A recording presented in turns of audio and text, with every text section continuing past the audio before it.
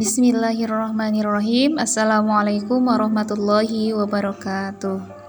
Apa kabar semuanya? Semoga sehat selalu. Hari ini kita memulai kembali pembelajaran di semester genap.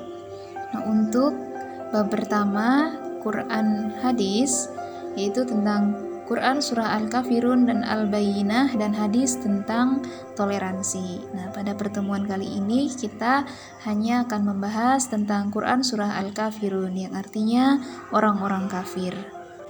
Sebelum kita mempelajari penjelasan dari setiap ayatnya, mari kita baca bersama-sama Quran surah Al-Kafirun. A'udzu billahi minasyaitonir rajim. Bismillahirrahmanirrahim. Qul ya ayyuhal kafirun la a'budu ma ta'budun wa la antum 'abiduna ma a'bud wa la ana 'abidum ma 'abadtum wa la antum 'abiduna ma a'bud lakum dinukum waliyadin. Terjemahan ayat tersebut. Ayat pertama, katakanlah Muhammad, wahai orang-orang kafir. Ayat kedua, aku tidak akan menyembah apa yang kamu sembah.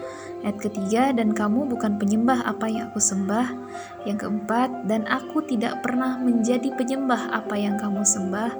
Ayat kelima, dan kamu tidak pernah pula menjadi penyembah apa yang aku sembah. Ayat terakhir, untukmu agamamu dan untukku agamaku. Penjelasan dari surat Al-Kafirun. Surat ini terdiri dari 6 ayat, termasuk surah Makkiyah karena diturunkan di Mekah atau sebelum Nabi hijrah. Nah, firman Allah ini ditunjukkan kepada kaum kafir di Mekah. Mereka tidak mau menerima seruan dan petunjuk kebenaran yang dibawa Nabi Muhammad SAW kepada mereka. Adapun penjelasan ayat pertama dan kedua, Qul ya ayyuhal kafirun la a'budu ma ta'budun. Katakanlah Muhammad, wahai orang-orang kafir, aku tidak akan menyembah apa yang kamu sembah. Nah, sebab turunnya ayat ini, dalam tafsir Al-Azhar, diceritakan bahwa para pemuda Quraisy, yaitu Al-Walid bin Mughirah, Al-As bin Wa'id, Al-Aswad bin Muthalib, dan Umayyah bin Khalaf, bermufakat untuk menemui Nabi SAW dengan bermaksud damai. Mereka berkata, ya Muhammad, mari kita berdamai. Kami bersedia menyembah apa yang kau sembah, tetapi engkau pun hendaknya bersedia pula menyembah apa yang kami sembah.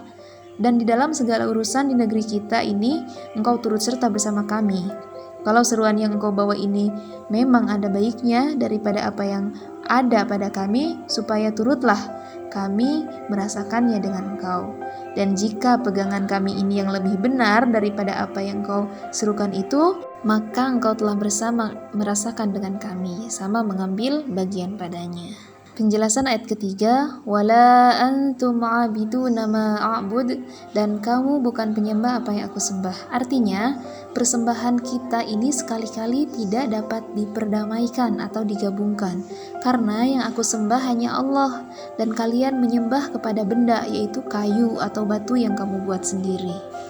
Penjelasan ayat keempat dan kelima, wala ana 'abidum ma 'abadtum wala antum 'abiduna ma a'bud, dan aku tidak pernah menjadi penyembah apa yang kamu sembah, dan kamu tidak pernah pula menjadi penyembah apa yang aku sembah. Maksud dari kedua ayat tersebut, maka selain dari yang kita sembah itu berlainan. Aku menyembah Allah, kata Nabi. Aku melakukan sholat dengan syarat dan rukun yang telah ditentukan, sedangkan kamu menyembah berhala. Oleh sebab itu, kita berbeda. Jadi jangan disamakan. Penjelasan ayat ke-6, lakum dinukum waliyadin, untukmu agamamu dan untukku agamaku. Artinya, Soal akidah tentang tauhid, yaitu mengesahkan Allah, sekali-kali tidaklah dapat dicampur adukan dengan syirik. Nah, pada surat ini dapat diambil pelajaran. Masalah agama biarlah berjalan masing-masing. Masalah akidah dan ibadah umat Islam mempunyai keyakinan dan aturan tersendiri. Namun demikian, kerukunan antar umat beragama perlu dibina. Jadi, Quran Surah Al-Kafirun ini sesungguhnya merupakan konsep Islam yang mengajarkan sikap tegas dalam menjalankan ibadah sesuai dengan keyakinan masing-masing. Nah, pelaksanaan ibadah itu tidak bisa dilakukan dengan toleransi. Ibadah bukanlah nilai sosial yang boleh dilaksanakan dengan kerjasama. Ia adalah nilai spiritual yang harus dilakukan sendiri-sendiri sesuai konsep agama yang diikuti. Karena keyakinan adalah sesuatu yang bersifat batiniah. Ia tidak bisa dipercampur adukan. Itulah bentuk toleransi dalam Islam.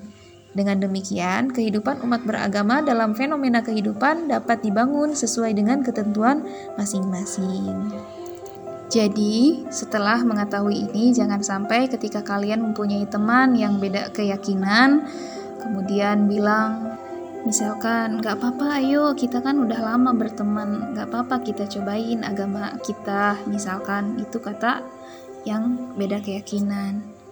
Kalau memang masalah akidah itu tidak bisa ditoleransi, masalah ibadah tidak bisa ditoleransi. Ya, walaupun itu teman kita. Bagimu agamamu, bagiku agamaku. Berteman gak apa-apa, tapi kalau masalah keyakinan itu tidak bisa dicampur adukan. Oke, kita cukupkan untuk pertemuan kali ini. Akhiran, assalamualaikum warahmatullahi wabarakatuh.